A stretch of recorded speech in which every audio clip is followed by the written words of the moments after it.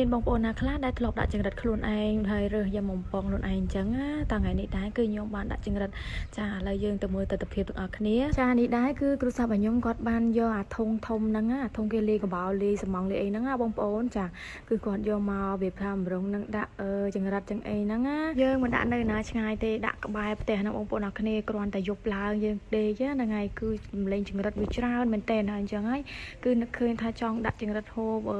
វាថារើសចង្រិតអីខ្លួនឯងដាក់ខ្លួនឯងអញ្ចឹងណាបងប្អូនឥឡូវយើងក៏បានមកធ្វើកន្លែងហ្នឹងហើយអានេះដែរគឺធុងយើងលាយកបោលាយសំងអីណាបងប្អូនដល់គ្នាហើយក៏គាត់បានដំនៅកន្លែងហ្នឹងចានៅចិត្តផ្ទះមែនតើនេះដាក់មុខផ្ទះហ្មងបងប្អូនអើយតែថាយប់ឡើងបងប្អូនដល់គ្នាចង្រិតយំពេញណាពេញណីហ្មងហើយអញ្ចឹងហើយក៏នឹកឃើញថាចង់ដាក់ចង្រិតមើលតើវាចូលបានប្រហែលដែរហើយនេះដែរគឺមុននឹងយើងដាក់គឺយើងត្រូវមានដែកតាំងពីសងខាងមានឈើក៏បានដែរបងប្អូនចាគឺយើងដំអញ្ចឹងមកហើយនេះដែរគឺមិនដែរដាក់ទេបងប្អូនគាត់តែថាយើងដាក់លើកទី1អញ្ចឹងណាចាហើយចាំមើលតិចទៀតតើបងប្អូនទាំងអស់គ្នាទៅមើលថាវាបានប្រហែលដែរហ្នឹងហើយយើងដាក់នៅកន្លែងមុខផ្ទះហ្នឹងតែម្ដងហើយដីយើងតំចាក់ថ្មីអញ្ចឹងណាហើយចង្រិតវាយំពេញហ្នឹងហ្មងហើយមិនដឹងថាវាមានច្រើនឬក៏អត់ទេឥឡូវយើងចាំមើលទាំងអស់គ្នាហើយនេះគឺគាត់បានចងជាមួយនឹងដែកជាមួយនឹងអំពូលដែលយើងបានទៅតែទិញមកបងប្អូនចាគឺយើងចង់ដាក់វាអញ្ចឹងមិនថាឲ្យតែថាយប់ឡើងយើងអង្គុយមុខផ្ទះមុខអីហ្នឹងវាពេញមុខផ្ទះមកបងប្អូនចាវា4 5 4 10អីចឹងណាតែយើងអត់ដៃចាប់វាឯដល់យើងចង់ដាក់វាហើយមានសត្វល្អិតសត្វអីតូចតាចច្រើនហ្មងហើរឡើងពេញពួលមុខផ្ទះហ្នឹងតែម្ដងហើយឥឡូវហ្នឹងក៏យើងសម្រេចចិត្តថាដាក់វាមើលតើបានប្រហែលដែរនេះគឺយើងបានធ្វើរួចរាល់ហើយចាំមើលដល់យប់មើលចាហើយនេះគឺពេលយប់ឯណាបងប្អូនចាយើងទៅតែអឺតមកចាគឺរៀងល្ងិតដល់ហ្នឹងហើយយើងបើកភ្លើងបដាទៅចាឥឡូវនេះគឺម៉ោងប្រហែលជា8 9ហើយនេះគឺខ្ញុំបានចុះមកមើលម្ដងទៀតហ្នឹងហើយឃើញថាវាមានសត្វល្អិតជាច្រើនមានទាំងចង្រិតមានតាំងពីខ្មុលមានអីហ្នឹងណាបងប្អូនហើយកតេះឡង់ហ្នឹងហើយគឺវាហើមករឹងពួលដែរណាបងប្អូនអរគ្នានេះគឺវានៅខាងក្រោមហ្នឹងហើយបងប្អូនមានឆ្ងល់ទេថាមុនដំបូងហ្នឹងខ្ញុំដាក់អាធុងលាយកបោហ្នឹងណាតែឥឡូវហ្នឹងឃើញសិតតែកធន់ហ្នឹងហ្មងដោយសារអាធុងលាយកបោហ្នឹងគឺខ្ញុំដាក់ហើយប៉ុន្តែវាថាវាចូលហើយវាឡើងទៅវិញអស់អញ្ចឹងណាបងប្អូនព្រោះអីវាមានអាដុំក្រៀតសំងអញ្ចឹងណាវាស្រួលឡើងមែនតើហើយអញ្ចឹងយើងដាក់ពីប្រហែលកន្លះម៉ោងបងប្អូនអរគ្នាគឺអត់មានចូលមួយសោះគឺវាចូលហើយចេញវិញចូលចេញវិញហើយអញ្ចឹងហើយគឺយើងដូរមកដាក់កធុនវិញម្ដងហើយកធុនឡើងត្រៀបត្រាហើយនេះចង្រិតដែលយើងបានចូលនេះគឺម៉ោង8 9ណាបងប្អូនអរគ្នាគឺវាពងពេញហាវតែម្ដងហើយឥឡូវនេះគឺយើងដើរចាប់ទាំងក្រោមផងទាំងលើផងនេះអាទឹកខាងដែលថាភ្លៀងមកអញ្ចឹងណាគឺវាហើមកវាថាវាធ្លាក់ចុះមកកន្លែងទឹកផុកហ្នឹងវាលេងទឹកផុកហ្នឹងហ្មងបងប្អូនចាហើយយើងដើរមកឃើញអញ្ចឹងគឺយើងចាប់វាដាក់ចូលនឹងតែម្ដងកុំឲ្យខាតចាហើយមានតាំងពីកដោបុកស្រូវកដោ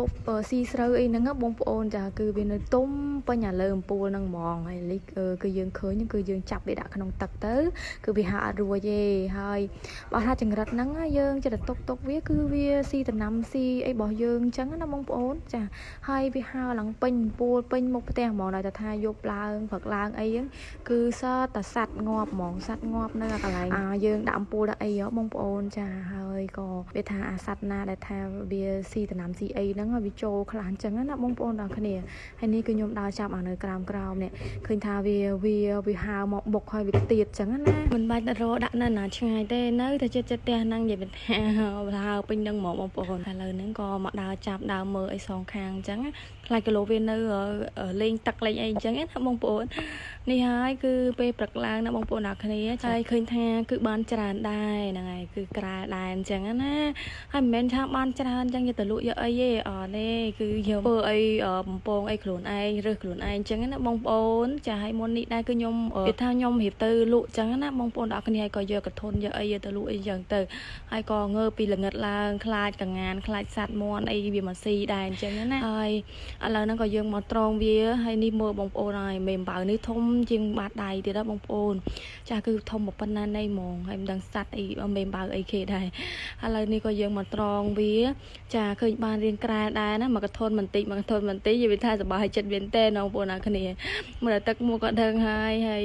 អត់ដែរបានថាដាក់ខ្លួនឯងអីអញ្ចឹងហើយក៏ធ្លាប់តែទិញគេឲ្យហូបអញ្ចឹងណាបងប្អូនហ្នឹងឥឡូវថ្ងៃនេះគឺយើងមកដាក់ខ្លួនឯងនិយាយថាអារម្មណ៍សប្បាយមែនតើបានចាប់បានយកមក នេះខ្លួនឯងឃើញអីផ្ទាល់អញ្ចឹងណាបងប្អូនអ្នកគ្នាឥឡូវក៏យើងត្រង់វាចាហើយមួយកធនហ្នឹងមាន410អីអញ្ចឹងទៅហើយបាន4-5កធនអញ្ចឹងក៏វាក្រាលដែរឥឡូវនេះក៏បានហើយបងប្អូនចាកធនហ្នឹងគឺខ្ញុំយកលក់បន្លែលក់អីហើយក៏ងើពីបលឹមយកបន្លែទៅលក់ហើយក៏មកត្រង់ជាមួយនឹងចង្រិតរបស់យើងពេលយើងដាក់អញ្ចឹងណាដល់មើលទៅឃើញសត្វវាគឺវាមានច្រើនប្រភេទមែនតើគឺមានតាំងពីចង្រិតកដោបមានកដោបបុកស្រូវអីអញ្ចឹងណាបងប្អូនកទេសឡង់អីអាសត្វទូចមេខ្មុលមេអីហ្នឹងចាគឺចូលអស់ហើយអញ្ចឹងហើយដល់គឺឃើញថាសត្វល្អិតគឺមានច្រើនប្រភេទហ្នឹងហើយមានខុសគ្នាស្អីខ្លះបងប្អូនអ្នកគ្នាហើយយើងដាក់នេះគឺអាសត្វខ្លាំងគឺមានស៊ីបន្លែស៊ីតំណាំស៊ីអីរបស់យើងអញ្ចឹងហើយក៏យើងចំណេញដែរយើងដាក់ទៅបានអាសត្វល្អិតអីក៏វាអត់ចូលផ្ទះចូលអីដែរអញ្ចឹងណាបងប្អូនហ្នឹងហើយមានអាខ្មុលមានអីហ្នឹងមកអស់ហើយចាមកដូចបងប្អូនបានឃើញហ្នឹងបានរៀងក្រែលដែរអញ្ចឹងណាចាហើយនេះគឺខ្ញុំបានក៏រៀបចំទៅលក់នេះមកពីលក់វិញណាបងប្អូនគឺខ្ញុំលក់បន្លែពេលព្រឹកប្រហែលជា2ម៉ោង3ម៉ោងអីហ្នឹងបងប្អូនហើយក៏មកវិញហើយអញ្ចឹងហើយក៏យើងមករើសចង្រិតរបស់យើងដើម្បីបំពងហ្នឹងហើយយើងរើសហ្នឹងរើសមិនមែនតែម្ដងរើស3-4ដងបងប្អូនអ្នកគ្នាដោយសារវាមានសត្វតូចវាមកតោងជើងចង្រិតជើងអីអញ្ចឹងណាហើយអញ្ចឹងយើងរើសពិនិត្យមើលវាបន្តិចហ្នឹងហើយធ្លាប់តែទិញគេស្រាប់យកមកបំពងយកអីស្រួលអញ្ចឹងណាតែឥឡូវយើងបានរើសខ្លួនឯងហើយក៏មកត្រង់វាអីអញ្ចឹងណាបងប្អូនចារើស3-4ដងអីអញ្ចឹងទៅដោយសារមានសត្វតូចវាតោងជើងចង្រិតហ្មងហើយក៏យើងរើសឲ្យស្អាតវាទៅកុំឲ្យវាមានពុលមានអីអញ្ចឹងទៅ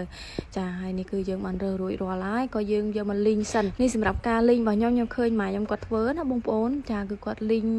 ឲ្យស្ងួតទឹកចង្រិតសិនបានយើងចាក់ខ្លាញ់ចូលចាហើយអញ្ចឹងហើយគឺធ្វើឲ្យចង្រិតរបស់យើងហ្នឹងស្រួយឆ្ងាញ់អត់មានធំក្លិនអីទេហ្នឹងហើយលីងឡើងស្ងួតហើយបានខ្ញុំចាក់ខ្លាញ់ចូលបងប្អូនចាចាក់ខ្លាញ់លីងវាឲ្យវាស្ងួតទឹកអញ្ចឹងណាហើយនោះគឺគ្រឿងរបស់ខ្ញុំគឺបានកាត់ខ្ញុំមកត្រៀមទុកអញ្ចឹងមានស្លឹកគ្រៃម្ដេងស្លឹកក្រូចសើចគឺអាហ្នឹងធ្វើឲ្យបាត់ក្លិនហើយវាឈ្ងុយគ្រឿងហ្នឹងទៅចាយើងចាក់ចូលគ្នាមកហើយយើងចាក់ខ្លាញ់ចូលចាយើងមកចាប់ផ្ដើមបំពងវាចាយើងចាក់ថែមខ្លាញ់ឲ្យវារៀងច្រើនតិចអញ្ចឹងណាបងប្អូនហើយយើងថែមគ្រឿងថែមអីនៅហ្នឹងទៅចង្រិតនេះដល់ពេលយើងធ្វើអញ្ចឹងបំពងវាលីងវាឲ្យស្ងួតហើយយើងដាក់បំពងខ្លាញ់តាមក្រោយគឺធ្វើឲ្យចង្រិតរបស់យើងមានរសជាតិស្រួយឆ្ងាញ់ហើយវាអត់មានធំក្លិនធំអីទេហើយបងប្អូនអរគ្នាអាចសាក់ធ្វើតាមអញ្ចឹងណាគឺដឹងតែឆ្ងាញ់ហ្មងហើយគល់សក្រីគឺរើសហូបអស់ហ្មងវាថាវាចូលជាតិគ្នាជាមួយនឹងគ្រឿងរបស់យើងហើយស្រួយជាមួយនឹងចង្រិតរបស់យើងទៀតចាគឺឆ្ងាញ់មែនតើហ្មងហើយនេះគឺឆ្អិនហើយណាបងប្អូនចាហើយនេះតោះតែស្រួយខ្លោចចាមែនទេអានេះគឺស្រួយឆ្ងាញ់បងប្អូនដល់គ្នាចាហើយជាមួយនឹងគល់សក្រីហ្នឹងចាគឺស្រួយចាប់ជាតិគ្នាបានល្អហ្មងហើយគល់សក្រីវិញគឺវាមានជាតិជាមួយនឹងគ្រឿងរបស់យើងនិយាយវាថាឆ្ងាញ់ណាបងប្អូនដល់គ្នាហើយនេះដែរគឺគាត់ថាឆ្អិនរួចនិយាយថាភ្លក់យកទៅប្រហែលតែបានលើកមកដាក់ហ្នឹងគឺភ្លក់អស់នឹងប្រហែលគ្រាប់អីទេបងប្អូនគឺឆ្ងាញ់ខ្លាំងមែនតើនិយាយថាស្រួយហើយហូបហើយជក់មាត់ហ្មងហូបហើយចង់ហូបទៀតហ្មងបងប្អូនពេលយើងធ្វើឆ្អិនហើយអញ្ចឹងតឹងសក្រីតឹងចង្រិតអីឡើងមកចានធំហ្មងចាឥឡូវនេះគឺយកឲ្យម៉ែក៏ហូបដែរអញ្ចឹងណាឲ្យគាត់ភ្លក់ស្នាដៃកូនមើលហើយម៉ែខ្ញុំក៏គាត់ចូលចិត្តដែរហើយវីដេអូថ្ងៃហ្នឹងដែរគឺមានតែប៉ុណ្្នឹងឯងបងប្អូនស្រឡាញ់ចូលចិត្តជួយចុច Subscribe Channel របស់ខ្ញុំម្នាក់មួយផងដែល